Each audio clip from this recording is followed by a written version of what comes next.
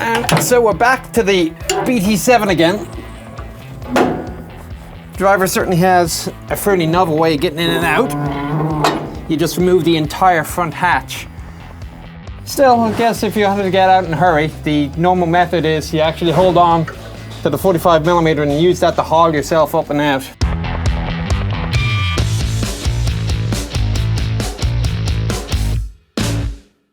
As long as I'm not actually in the process of driving, this is actually kind of comfortable. My only concern is that when I put my foot on the clutch, my knee is way up in my face, and there's so much fluid flowing around on here, I've got no traction whatsoever on my knees. The only other point to note is that one doesn't get a lot of comfort from the solidity of the armor. However, that said, let's have a look at the panels and we'll see what makes it work. Controls for the driver mechanic are pretty much standard, at least to start with. Clutch pedal, brake pedal, which also doubles as the handbrake, and the accelerator on the right. Of course, you have a gear shift, 3 forward, 1 reverse. Steering is conducted by use of the 2 handles. Left handle, right handle, of course, will be to steer left, steer right. The first pull is going to be just to release the clutch. Second pull will actually apply the brake. Now, this is all fairly well and simple until you realize that when you have no tracks, the application of the brake to the final drive isn't going to do you enough good. So what you need to do then is steer the front wheels. This is done by use of a steering wheel. You simply slide it on, release a safety lock, tilt upwards, and all of a sudden you are now steering your tank. Kind of neat, actually. I am not, however, entirely overjoyed by the presence in here of a sledgehammer. By reputation, to get the vehicle into gear, you had to whack it. I did not bring this in here. This was left here by the previous driver.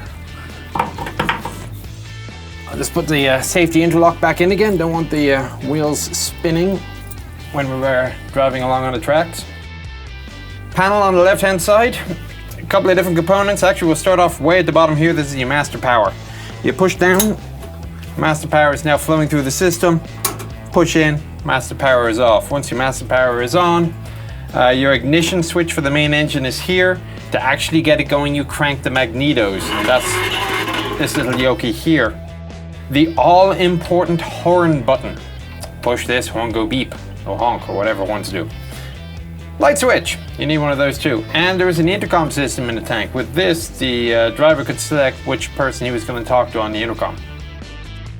As we go around, I should add that this ammeter gauge is not original. We'll see down at the bottom another unique feature of the BT. Now, you may recall on the Chieftain that there were 2 engines but only 1 speedo. Well, in this case, we got 1 engine and 2 speedos. How is that possible? You can only go a certain speed.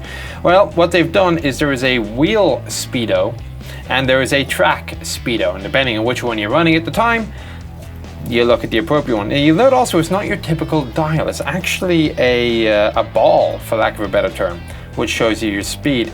Other things, we got oil pressure, fuel pressure, oil temperature, and a rev counter. And that's basically it for the instrument panel.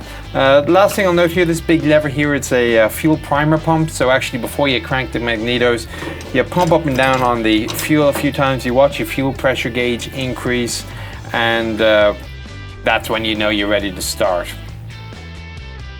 That's it. Now, please ignore the big engine behind me. And also there is another instrument panel behind me. When they dug this thing out of the swamp in 1999 or so, when it was negative 30 degrees Celsius, they weren't all that interested in getting everything quite right. The engine, unfortunately, did either not survive the submersion or did not survive the recovery. So in order to get it running, they've replaced the engine entirely and put something bigger and better into it, which means that it actually doesn't really fit in the engine compartment. It's kind of projecting through into the crew compartment. The batteries have been moved out of the rear of the vehicle and now where the ammunition stowage used to be under the turret floor. And lastly, they actually had to install an entirely new instrument panel, which as we're looking around the tank, you'll see on the right-hand side. Not much else in here really. I mean, we've got stowage compartments for the coaxial machine gun. Behind me you can see the ammunition for the 45mm, and well, that's it. Next stop, the turret. Our last stop is going to be the turret. Now, although it looks actually kind of roomy, bear in mind this is not a complete vehicle. The most significant thing this is missing is the recoil guard, which will come all the way back out here to stop the crews losing their shoulders when the gun comes back. So if I sit straight forward, you can see how far out my shoulder is compared to the gun. It's going to be a very, very narrow experience. Combine this with the fact that there's no floor, well, there's no turret floor, there's no basket, you just have the ammunition that you're on top of, and things suddenly get very cramped indeed. Traverse, simple enough. You have a travel lock, which you disengage. There are two speeds for the wheel, a high range and a low range, and you use one for either traversing quickly or the other for placing on lay, and to select between the two, you'll pull out or push in the wheel. Unfortunately, broken on this system. There is a elevation travel lock as well, used simply enough here, which is currently applied, disapplied, and elevation and depression is very simple. Incidentally, this is also how you secure the driver's hatch for a road march. So what you'll do is you elevate the gun, swing up the driver's hatch, lower the gun, engage the travel lock. Oh, there you go. And that will secure the driver's hatch in place and prevent it from falling forward and slamming the driver in the head, which probably will be a significant emotional event. Gun itself, 45mm, very common gun of the Red Army of the late 30s. To fire it, you had foot triggers. If for some reason the foot trigger didn't work, there was a way of manually setting off the gun by simply pushing this handle forward. Coaxial machine gun on the right hand side, and if you look at the ammunition that's available, you really get the impression that the coax was a primary weapon system. The loader has 7 rounds of 45mm ammunition available to him, and an additional 44 minus 7, there's my mental arithmetic for you, scattered around the hull. Lots and lots of coaxial ammunition drum in the turret, in the driver's compartment, under the whole floor, all over the place. The coax seemed to be the primary weapon system. Of course, feeding that was the loader's job as well. Outside of that, visibility outside, you have tiny little slits, which terrible visibility. But I guess it's better than nothing at all. Commander's panoramic housing for the sight up here, simple enough.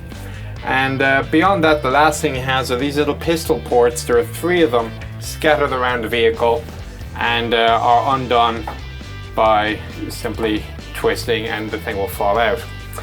The last thing I'll mention is at the rear of the turret, well, that's where your radio would be. Beyond that, very simple seats, no turret basket, simple gun, point and shoot. What can go wrong? That said, I think that about concludes our tour of the BT, so I'm going to hop outside.